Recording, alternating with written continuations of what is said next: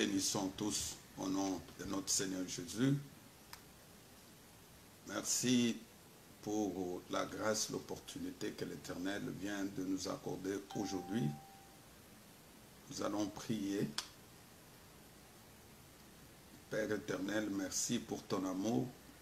Merci pour ta grâce, ta fidélité, ta bonté, pour l'opportunité que tu nous offres ce matin et surtout les souffles de vie que tu nous accordes. Je te recommande la parole qui va sortir en ce moment, que le Saint-Esprit de Dieu nous oriente, qu'il nous conduise du début jusqu'à la fin, au nom de notre Seigneur Jésus-Christ. Amen. Nous allons commencer un nouveau thème qui sera exploité pendant tout ce jour. Ce thème est intitulé « Comment peux-tu entrer dans ta destinée ?» En tant que chrétien, comment peux-tu vivre ta destinée? C'est que Dieu a prévu pour toi. Et je voudrais d'abord commencer par définir le mot destinée. La destinée n'est rien d'autre qu'un plan personnel établi pour chacun de nous. Un plan que Dieu a établi pour ta vie, a établi pour la mienne, que chacun de nous doit suivre. Un chemin qui a été déjà tracé depuis longtemps et que chacun de nous est obligé de passer par ce chemin.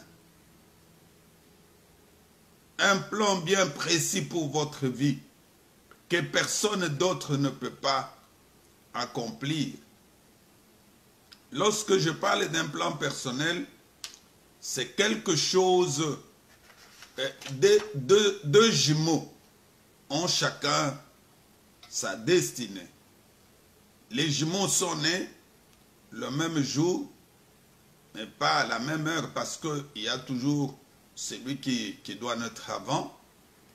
Mais il se fait que, même si ces jumeaux se ressemblent, même si vous avez des difficultés pour le reconnaître, mais chacun a sa destinée, chacun a son plan que Dieu a tracé pour sa vie. Et c'est ce plan-là que nous appelons la destinée. Dieu ne nous a pas envoyés sur cette terre comme cela au hasard. Non, mon frère, ma soeur. Peut-être tu peux dire, tu te poses aujourd'hui des questions en se disant, pourquoi Dieu m'a envoyé sur cette terre? Dieu te connaissait. Et il le savait. Et en t'envoyant sur cette terre, c'est avec un objectif bien déterminé. Lisons le livre de Jérémie. Jérémie chapitre 1. Jérémie chapitre 1, versets 4 à 5.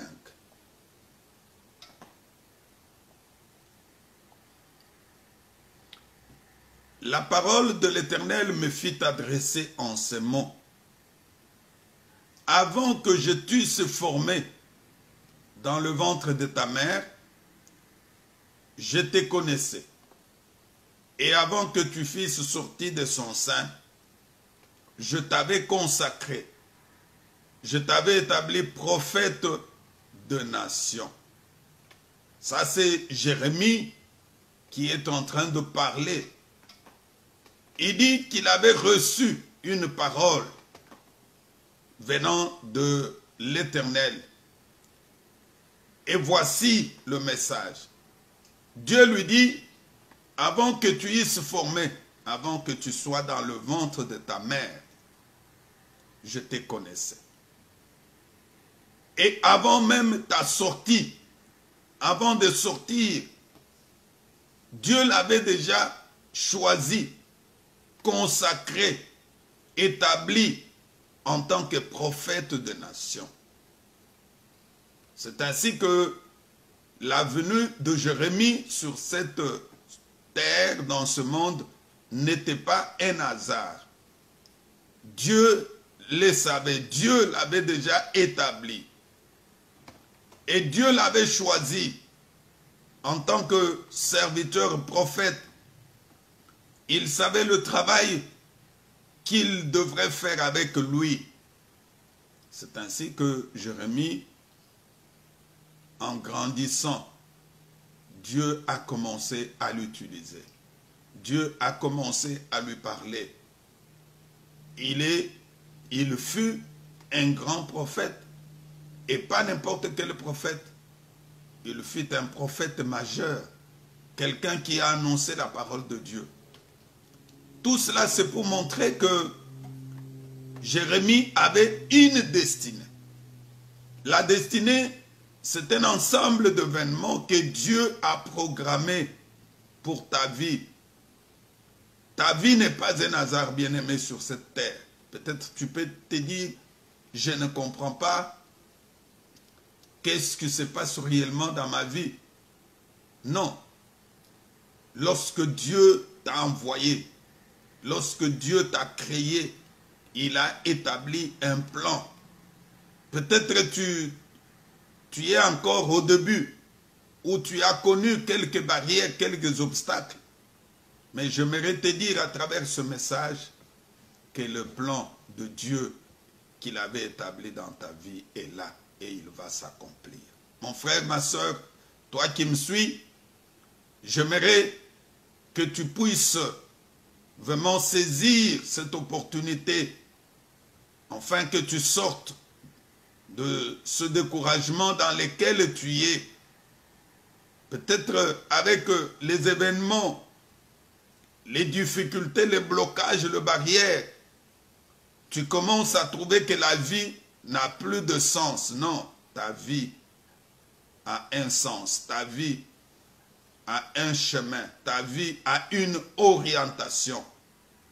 Et avec Jésus, je te dis aujourd'hui que tout est possible. Lisons Psaume 139, verset 16. Tu vas écouter encore les paroles d'un serviteur de Dieu qui parle. Ici, c'est David qui parle. Psaume 139, verset 16. Quand je n'étais qu'une masse informe, tes yeux me voyaient. Et sur ton livre était tout inscrit. Les jours qui m'étaient destinés avant qu'aucun d'eux existât. Ça, c'est David qui le dit. Il dit quand il était qu'une masse informe. Cela veut dire avant même sa conception. Parce que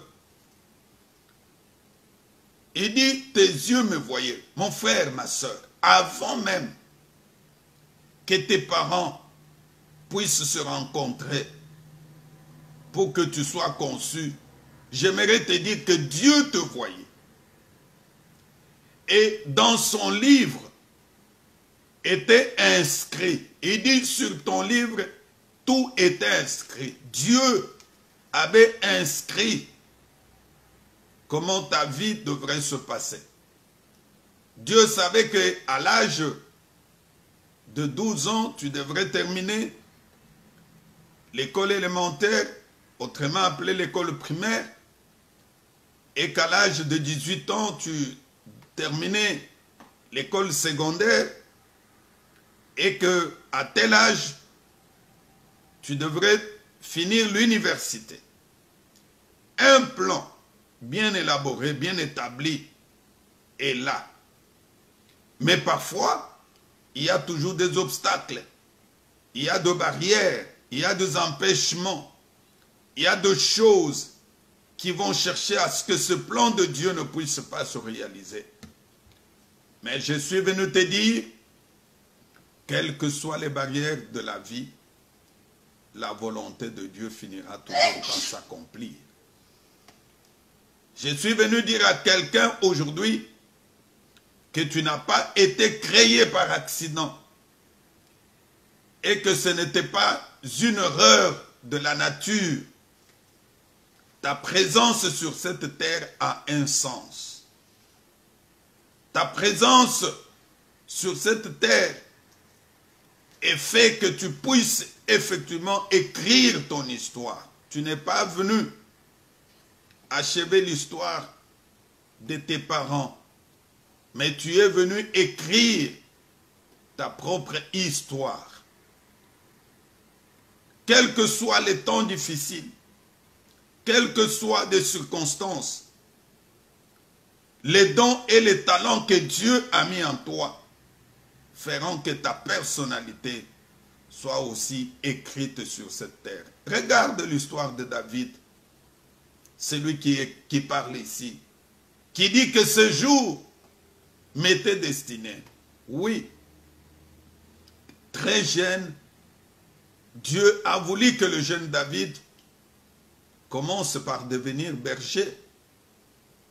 Pendant que ce frère n'était pas berger, mais lui, petit qu'il était, est allé dans la brousse pour garder le brebis de son père. Et tout cela, c'était dans le plan de Dieu. Dieu savait que David devrait commencer quelque part. Il devrait prendre l'expérience à partir de brebis parce qu'il deviendra une grande personne. Et c'est ainsi que lorsque le temps de Dieu est arrivé, David, dans la brousse où il était, on est venu le chercher. En présence de ce frère, il fut oint. Tout ça, c'est dans le plan de Dieu. Mais son père avait présenté ses grands frères, qui étaient plus beaux, qui étaient plus géants que lui. Mais pendant qu'on leur présentait, l'Esprit du Seigneur disait au prophète Samuel, moi, l'Éternel, ce n'est pas l'apparence qui me frappe. Et Dieu savait que dans le plan, dans la destinée de David, c'est lui qui devrait être oint comme roi. David oint, et ce n'est pas le même jour qu'il est devenu roi.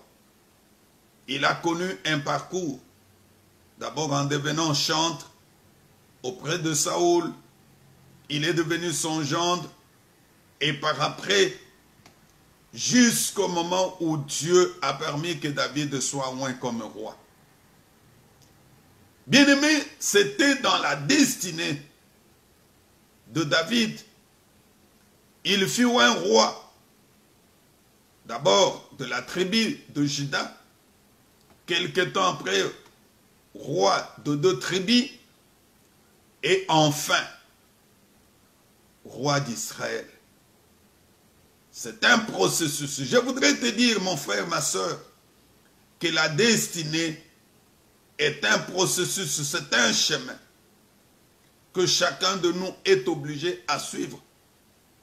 Peut-être tu n'es qu'à l'étape élémentaire, que cela ne puisse pas te décourager. Je voudrais que tu puisses continuer, parce qu'avec Dieu, tout est possible. Est-ce que tu peux dire Amen là où tu es? Je sais qu'avec Dieu, tout est possible. Il y a des choses que il n'y a que Dieu qui peut faire ces choses-là. Les hommes de ce monde, ton père ne peut pas le faire, ta mère ne peut pas, ni tes frères. À un moment, tu peux te dire que mon père m'a oublié, m'a abandonné. Non, ton père ne t'a pas oublié. Ton père peut t'oublier, ta mère peut le faire. Mais il y a un Jésus qui ne pourra pas t'oublier. David était dans l'oubliette, dans la forêt, pendant que les autres étaient en ville. Voilà que Dieu va choisir, va prendre quelqu'un qui est en ville. Tu peux croire que tu es dans un pays, il était en brousse. Il n'était même pas en ville, il était en brousse. Peut-être aujourd'hui tu vis en brousse. j'aimerais te dire, tu as une destinée. Ce n'est pas le fait d'être dans un pays développé que la destinée de quelqu'un va se réaliser ou bien ne va pas se réaliser. Non, tu peux être dans un pays développé ou sous-développé ou en voie de développement. Mais ta destinée finira toujours par s'accomplir. Surtout, j'insiste, lorsque tu marches avec Dieu, tu marches avec le Seigneur. Actes chapitre 26, verset 14. Nous allons voir l'histoire de quelqu'un d'autre.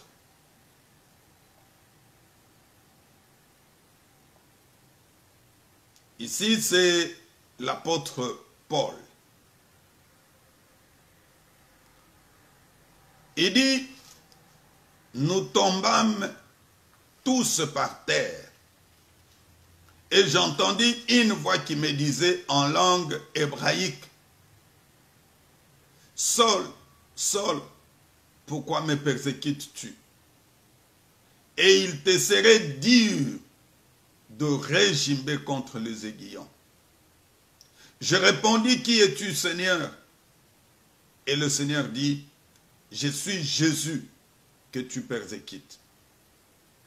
Mais lève-toi, tiens-toi sur tes pieds, car je te suis apparu pour t'établir ministre et témoin de choses que tu as vues et de celles pour lesquelles je t'apparaîtrai. Je t'ai choisi du milieu de ce peuple et du milieu de païens vers qui je t'envoie, afin que tu leur ouvres les yeux pour qu'ils passent de ténèbres à la lumière et de la puissance de Satan en Dieu, pour qu'ils reçoivent par la foi en moi les pardons de péché et l'héritage avec de sanctifiés. Ici, l'apôtre Paul qui parle et qui raconte ce qui s'est passé dans sa vie. Bien-aimé, Paul est né, il a grandi, et à un certain moment, il a commencé à persécuter les serviteurs de Dieu. Mais un jour, pendant qu'il allait à Damas pour persécuter les serviteurs de Dieu, il a vu une grande lumière venant du ciel. Et c'est ainsi que Paul est tombé par terre. Ils sont tombés même avec les gens qui étaient avec lui. Mais curieusement, lui seul a entendu la voix. Cette voix lui parlait en langue hébraïque. Il dit, Saul, Saul, pourquoi me persécutes-tu? Il te serait dur de régimber contre les aiguillons. Et lorsqu'il a entendu cette voix, Paul répondit, dit, qui es-tu, Seigneur? Et le Seigneur lui dit, je suis Jésus que tu persécutes. Lève-toi. Je t'ai apparu aujourd'hui parce que je vais t'établir ministre et témoin de toutes ces choses. Mon frère, ma soeur, écoute que Dieu avait une destinée pour Paul. Quelqu'un qui n'était pas bon parce que Paul était là pour persécuter le serviteur de Dieu. Pendant qu'il allait à Damas pour persécuter le serviteur de Dieu, et c'est ainsi que Dieu lui a apparu. Et Dieu va effectivement lui apparaître et il s'adresse à lui que je suis venu t'établir ministre et témoin de toutes ces choses. C'est toi qui vas aller vers le païen pour leur annoncer ce grande chose. La destinée de Paul. Qui pouvait croire que quelqu'un comme Paul, grand persécuteur, celui qui persécutait les serviteurs de Dieu, pouvait un jour se convertir. Tout cela était établi dans le plan de Dieu. Dieu avait une destinée pour l'apôtre Paul. Dieu savait qu'à un certain moment, Paul deviendra son serviteur. Quels que soient les péchés qu'il avait faits, quelles que soient les tueries, lorsque le plan de Dieu doit s'accomplir dans la vie de quelqu'un, mon frère, ce plan va se réaliser. C'est ainsi que Paul s'est converti. Il est allé vers Anania qui a prié pour lui, aveugle qu'il était devenu pendant 3 jours. Ses yeux se sont ouverts. Et quand on a prié, d'ailleurs, pour que Ananias aille prier pour lui, il avait eu des hésitations parce qu'il savait que Paul tuait les serviteurs de Dieu. Mais comme c'était un message qui venait de la part de Dieu, Dieu l'a convaincu, il est allé prier pour lui. C'est ainsi que Paul s'est converti. Et d'ailleurs, au début, les gens ne pouvaient pas le croire. Et même quand il est allé à Jérusalem pour donner son témoignage, nombreux n'acceptaient pas parce que on l'avait connu en tant que persécuteur, quelqu'un qui tuait de serviteurs d'hommes, de Dieu. Tout ça, c'est dans la destinée de Paul. Et plus loin, nous verrons que Dieu l'a grandement utilisé. C'est lui qui était devenu ministre de païens. Il est allé partout, il a prêché. Et quand vous voyez même le travail que Paul a fait, il a fait un travail plus que ceux-là, même qui ont été à côté de Jésus pendant qu'il était vivant. C'est pour te montrer, mon frère, ma soeur, que lorsque la destinée de quelqu'un est établie, personne ne peut l'arrêter. Je ne sais pas si dans ta vie, tu t'es déjà quand même fixé certains objectifs. Parce que quand tu fixes les objectifs, quand tu fixes un but, ta destinée débutera en croyant que tu en as un et que tu dois coopérer avec Dieu pour que cela s'accomplisse. Il faut te fixer les objectifs pour ta vie. Il ne faut pas vivre comme cela au hasard, non.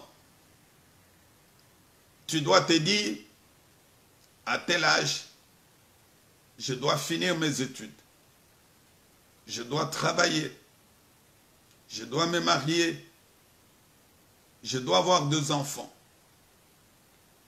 Et dans ce programme-là que tu as établi toi-même, Dieu aussi va t'assister. Et Dieu va t'accompagner. Et tu verras que la gloire de Dieu va se manifester. Et d'ailleurs, dans Galates, chapitre 1, verset 15, Paul le dit encore pour confirmer que ce qui est arrivé dans sa vie n'était pas un hasard. Ce Dieu qu'il avait choisi. Il dit, mais lorsqu'il plut à celui qui m'avait mis à part de le sein de ma mère et qui m'a appelé par sa grâce de me révéler à moi son fils afin que je l'annonçasse parmi les païens, aussitôt je ne consultais ni la chair ni le sang. Paul reconnaît qu'il a été mis à part de le sein de sa mère. Ta destinée, mon frère, ma soeur, est là. Tu ne vis pas au hasard. Tu dois comprendre que tu as un plan. Il ne faut pas dire que Dieu a aimé les autres et il ne m'a pas aimé, non. De la même manière qu'il a aimé ton frère, ton cousin, ton ami, et toi aussi, il t'a aimé. Chacun a un plan préétabli pour sa vie. Mais je voudrais insister, te dire que Dieu ne va pas accomplir ce plan. Dieu va vous parler, comme je suis en train de te parler. La Bible dit, il nous parle tantôt d'une manière, tantôt d'une autre. C'est Dieu qui te parle. Ne vois pas le pasteur Jacques, mais vois Dieu qui te parle. Il vous sollicitera. Il désire vous révéler le plan. Dieu vous révèle le plan qu'il a établi pour toi. Mais il vous incombe maintenant à toi de découvrir ce que Dieu a établi comme plan pour toi. Dieu ne va pas agir à ta place. Dieu va vous révéler le plan. Peut-être tu peux comprendre que tu as certaines aptitudes qui peuvent te permettre d'entrer dans ta destinée. Il faut exploiter ces aptitudes. Dieu peut te révéler que tu as des potentialités qui peuvent te permettre d'entrer dans ta destinée. Mais il faut exploiter. Peut-être tu as la compréhension facile de l'Internet. Il y a d'autres enfants déjà très petits. Il sait bien manier l'ordinateur, ainsi de suite. Mais il faut orienter, il faut que cet enfant-là soit orienté dans ce domaine pour qu'il puisse entrer dans sa destinée. Peut-être Dieu t'a donné une bonne voie. Oui, nous le voyons, il y a de frères, il y a de sœurs aujourd'hui que Dieu a béni à travers leur voie qu'ils ont exploitée. Il faut te découvrir, il faut découvrir ce que Dieu a mis en toi. Et cela est possible que lorsque tu te mets à genoux, tu pries. Tu demandes à Dieu, Seigneur, révèle-moi. Il dit dans le livre de Jérémie, chapitre 29, verset 13, il dit, vous me chercherez et vous me trouverez. Si vous me cherchez de tout votre cœur, il faut chercher Dieu. Lorsque tu constates que ça ne marche pas dans ta vie, et qu'il y a des barrières, qu'il y a des blocages, et que tu n'arrives pas effectivement à entrer dans ta destinée, cherchez Dieu. Il dit, vous me trouverez si vous me cherchez. Il faut chercher Dieu dans de prières, dans de jeûnes, dans de longs moments de retraite. Tu peux te retirer pendant autant de jours, une semaine, 30 jours, en train de chercher Dieu. Il dit, vous me trouverez si vous me cherchez de tout cœur. Il ne faut pas chercher Dieu en partie. Tu le cherches, tantôt tu tâtonnes. Non, il dit, si vous me cherchez de tout cœur.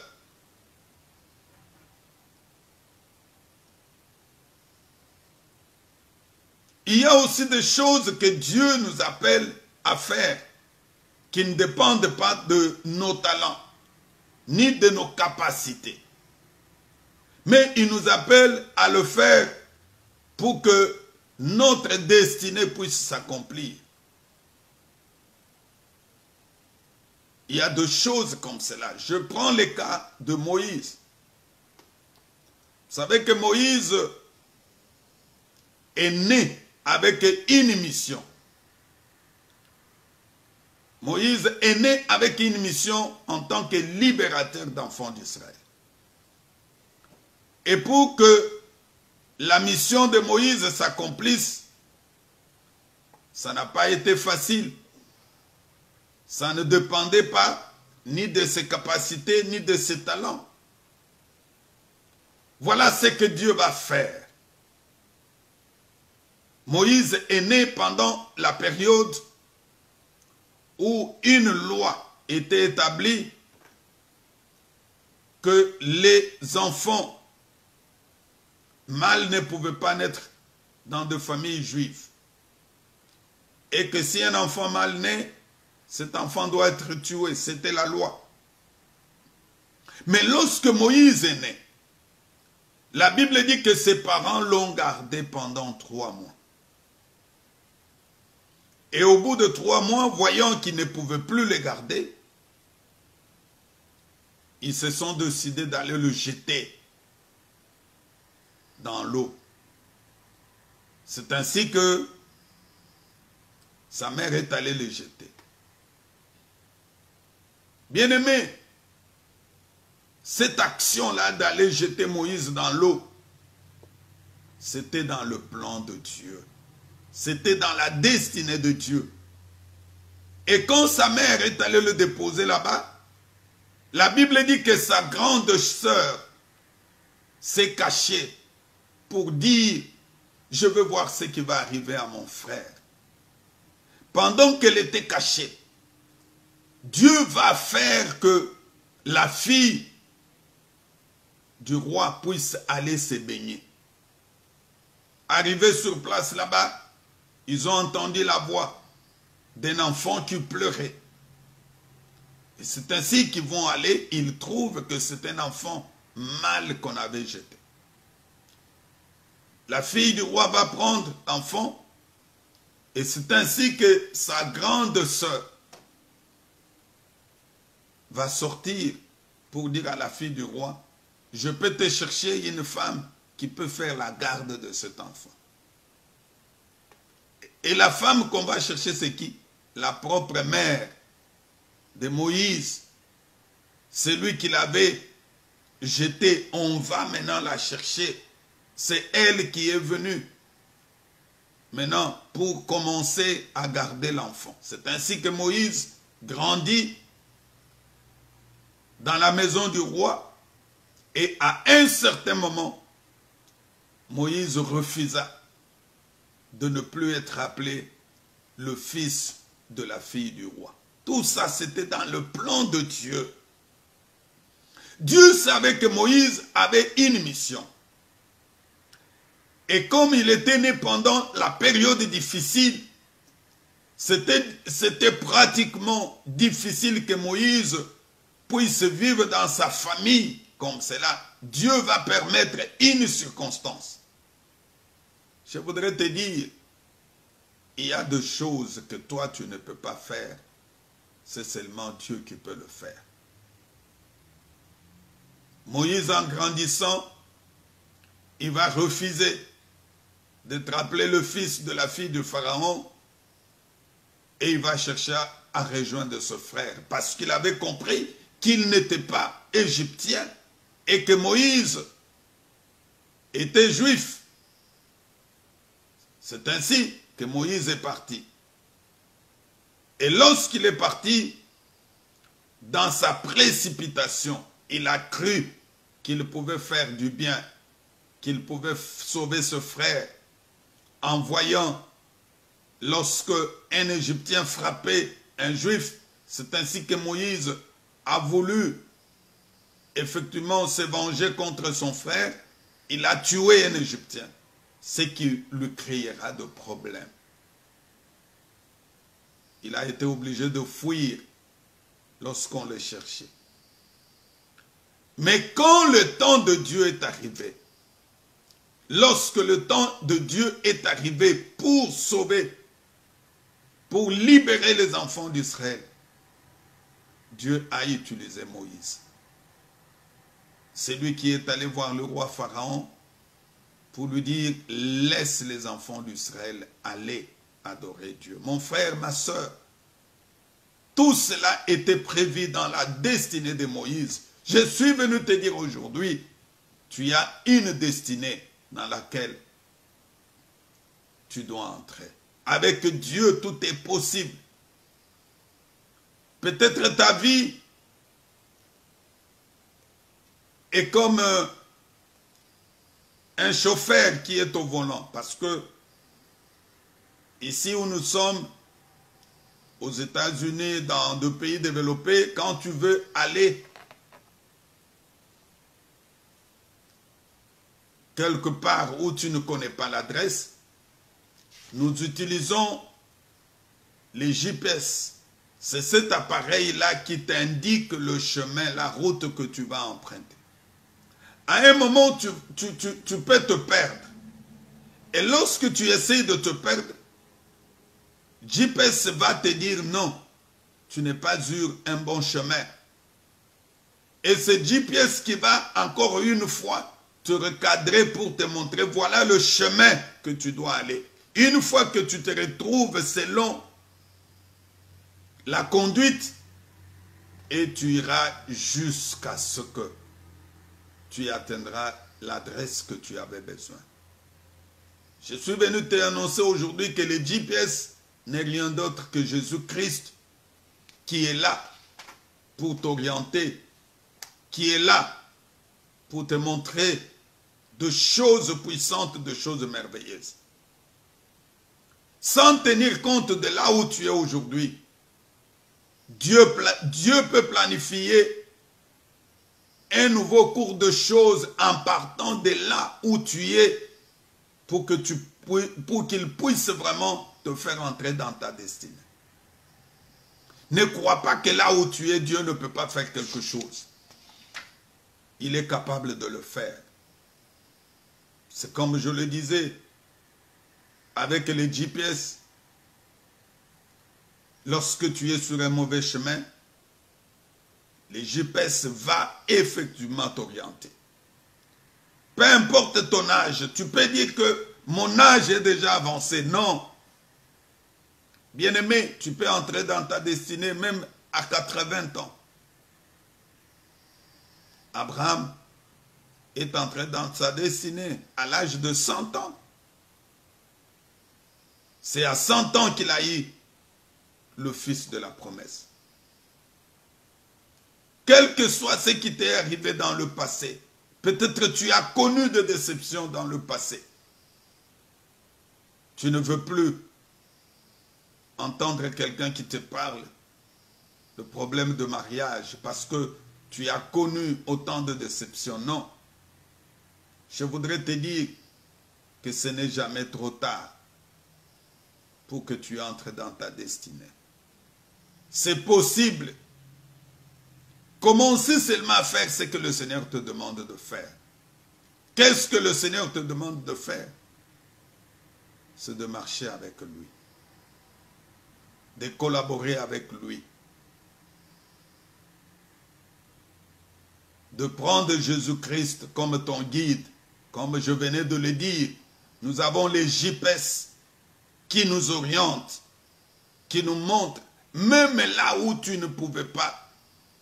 Ici aux États-Unis, tu peux quitter ton État pour aller à un autre État. Avec le GPS va t'indiquer, lorsque tu es dans ta voiture, il va te montrer là où tu vas aller. Aujourd'hui, les avions se déplacent d'un continent à un autre. Grâce à quoi? Grâce à la boussole qui indique. L'avion quitte les États-Unis pour aller en France. L'avion quitte les États-Unis pour aller en Éthiopie, en Afrique. C'est très loin. L'avion traverse des océans, mais grâce à la boussole. Aujourd'hui, nous avons Jésus-Christ qui peut t'amener très loin, qui peut t'amener là où tu ne pouvais pas arriver lorsque tu marches avec lui. C'est possible d'entrer dans ta destinée.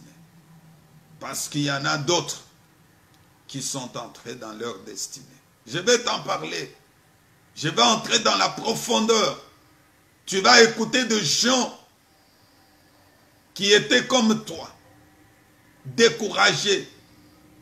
Et même certains qui ont été chassés, abandonnés par leurs frères. Mais lorsque le temps de ta destinée arrive, mon frère, ma soeur, personne ne peut empêcher cela. Le temps de ta destinée, c'est aujourd'hui. Toi qui me suis, toi qui m'écoutes, c'est aujourd'hui, cette année. Ne ratez pas cette occasion, ne ratez pas cette opportunité, parce que tu dois entrer dans ta destinée. C'est pas tard. C'est encore possible. Avec Dieu, tout est possible. Ce que ton père, ta mère ne peut pas faire, Jésus-Christ le fera. Incline ta tête, nous allons prier. Père, merci. Merci pour ta parole de ce matin. Tu as voulu que nous puissions introduire cet enseignement sur la destinée. Tu nous as montré que tout enfant de Dieu, toute personne qui est sur cette terre a un plan merveilleux, un plan que tu as tracé pour lui. Mais parfois, ce sont nos ennemis, ce sont les obstacles de ce monde qui font que nous ne puissions pas entrer dans notre destinée. Lorsque tu établis, tu ne regardes pas la position ni l'attitude de quelqu'un. Nous l'avons vu avec Paul, qui tuait les gens, qui persécutait le serviteur. Mais comme il y avait une destinée à lui, tu t'es manifesté. Aujourd'hui, je voudrais que mon frère, ma soeur, qui regardait sa position, qui se disait, j'ai fait autant d'avortements, est-ce que le Seigneur peut me faire entrer dans ma destinée? J'ai tué autant de personnes, est-il possible que j'entre dans ma destinée? J'ai échoué dans ceci, j'ai connu beaucoup de déceptions. Je voudrais lui dire, c'est possible. Merci Père, merci le roi des rois, que cette parole touche le cœur de quelqu'un, que cette parole amène le salut dans la vie de quelqu'un, amène le salut dans un couple qui s'est découragé. Je vois un couple qui voulait se séparer, je vois un couple qui voulait divorcer. Le Seigneur me dit, c'est encore possible.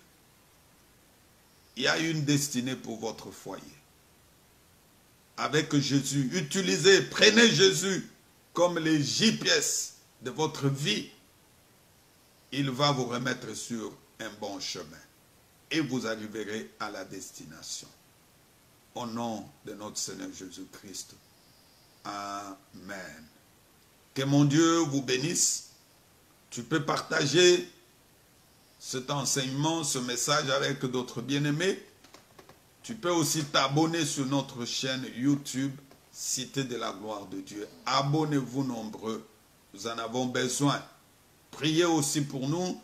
Nous avons besoin de vos prières pour que le travail de Dieu puisse aller de l'avant.